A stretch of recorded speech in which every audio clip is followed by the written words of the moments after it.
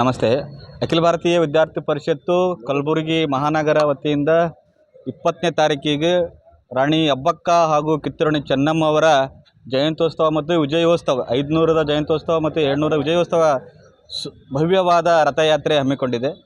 ವಿದ್ಯಾರ್ಥಿ ಪರಿಷತ್ ಇಡೀ ಕರ್ನಾಟಕದಾದ್ಯಂತ ರಥಯಾತ್ರೆ ಮಾಡಬೇಕನ್ನೋದು ಉದ್ದೇಶ ಇಟ್ಟುಕೊಂಡು ಇವತ್ತಿನ ವಿದ್ಯಾರ್ಥಿ ಪೀಳಿಗೆಗೆ ಮತ್ತು ಸಮಾಜದಲ್ಲಿ ರಾಣಿ ಅಬ್ಬಕ್ಕ ಅವರ ಕೊಡುಗೆ ಮತ್ತು ದೇಶಕ್ಕಾಗಿ ಮಾಡಿದ ತ್ಯಾಗವನ್ನು ಹಾಗೂ ಕಿತ್ತೂರಾಣಿ ಚೆನ್ನಮ್ಮ ಅವರ ಬ್ರಿಟಿಷರ ವಿರುದ್ಧ ಹೋರಾಟ ಮಾಡಿದ ದಿಟ್ಟ ಮಹಿಳೆ ಅವರ ಬಗ್ಗೆ ಇತಿಹಾಸವನ್ನು ವಿದ್ಯಾರ್ಥಿ ಪೀಳಿಗೆ ತಿಳಿಸಬೇಕನ್ನೋ ವಿಷಯ ಇಟ್ಟುಕೊಂಡು ವಿದ್ಯಾರ್ಥಿ ಪರಿಷತ್ ಕರ್ನಾಟಕದಾದ್ಯಂತ ರಥಯಾತ್ರೆ ಮಾಡ್ತಾಯಿದೆ.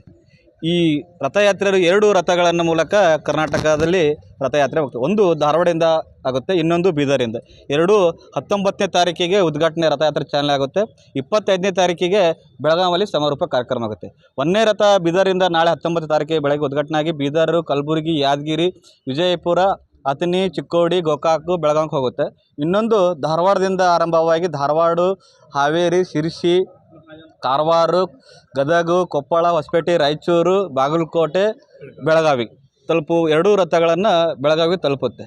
ಹೀಗಾಗಿ ವಿದ್ಯಾರ್ಥಿ ಪರಿಷತ್ತು ಈ ಮಹಿಳೆಯರ ಬಗ್ಗೆ ಸುಮಾರು ಕರ್ನಾಟಕದಲ್ಲಿ 10 ಲಕ್ಷಕ್ಕೆ ಹೆಚ್ಚು ವಿದ್ಯಾರ್ಥಿಗಳಿಗೆ ಈ ರಥಯಾತ್ರೆ ತಲುಪುವಂಥದ್ದು ಉದ್ದೇಶ ಇಟ್ಕೊಂಡಿದೆ ಮತ್ತು ಸುಮಾರು 40 ತಾಲೂಕುಗಳಿಗೆ ಕೇಂದ್ರಗಳಿಗೆ ಈ ರಥಯಾತ್ರೆ ಹೋಗುತ್ತೆ. ಇದು 20ನೇ ತಾರೀಕು ಬೆಳಗ್ಗೆ ರಾಮ ಮಂದಿರದಿಂದ ರಥಯಾತ್ರೆ ಹೊರಟು ವಲ್ಲಭಾಯ್ ಪಟೇಲ್ ಸರ್ಕಲ್ಗೆ ಬಂದು ಅಲ್ಲಿ ಒಂದು ಅರ್ಧ ಗಂಟೆ 20 ನಿಮಿಷ ಒಂದು ಭಾಷಣ ಕಾರ್ಯಕ್ರಮ ಮುಗಿಸ್ಕೊಂಡು ಅಲ್ಲಿಂದ NU ಸ್ಕೂಲ್ಗೆ ಬಂದು ಅಲ್ಲಿ ಸ್ಟೇಜ್ ಪ್ರೋಗ್ರಾಮ್ ಇದೆ. ಸ್ಟೇಜ್ ಪ್ರೋಗ್ರಾಮ್ ನಡೀತಾ ಇರುತ್ತೆ. ರಥ ಮಾತ್ರ ಮುಂದೆ ಹೋಗಿ ಎಲ್ಲ ನಮ್ಮ ಖರ್ಗೆ ಪೆಟ್ರೋಲ್ ಪಂಪ್ ಮುಖಾಂತರ ಕಾಲೇಜ್ಗಳ ಹೋಗಿ ಲಾಸ್ಟ್ SRN ಮೆಹ್ತಾ ಸ್ಕೂಲ್ ಅಲ್ಲಿ ಒಂದು ಪುಷ್ಪವೃಷ್ಟಿ ಕಾರ್ಯಕ್ರಮ ಮುಗಿಸ್ಕೊಂಡು ಅಲ್ಲಿಂದ ಶ್ರೀಡಂಗೆ ಹೋಗುತ್ತೆ. ಅದಕ್ಕೆ 20ನೇ ತಾರೀಕಿಗೆ ತಮ್ಮೆಲ್ಲ ನಮ್ಮ ಪತ್ರಿಕಾಗೋಷ್ಠಿ ಜನರಿಗೆ ನಾವು ಆಹ್ವಾನ ಮಾಡ್ತೀವಿ, ದಯಮಾಡಿ ಬರಬೇಕು. ನಮಸ್ಕಾರ. ದೀಪಕ್ ಪಂಡಿತ್.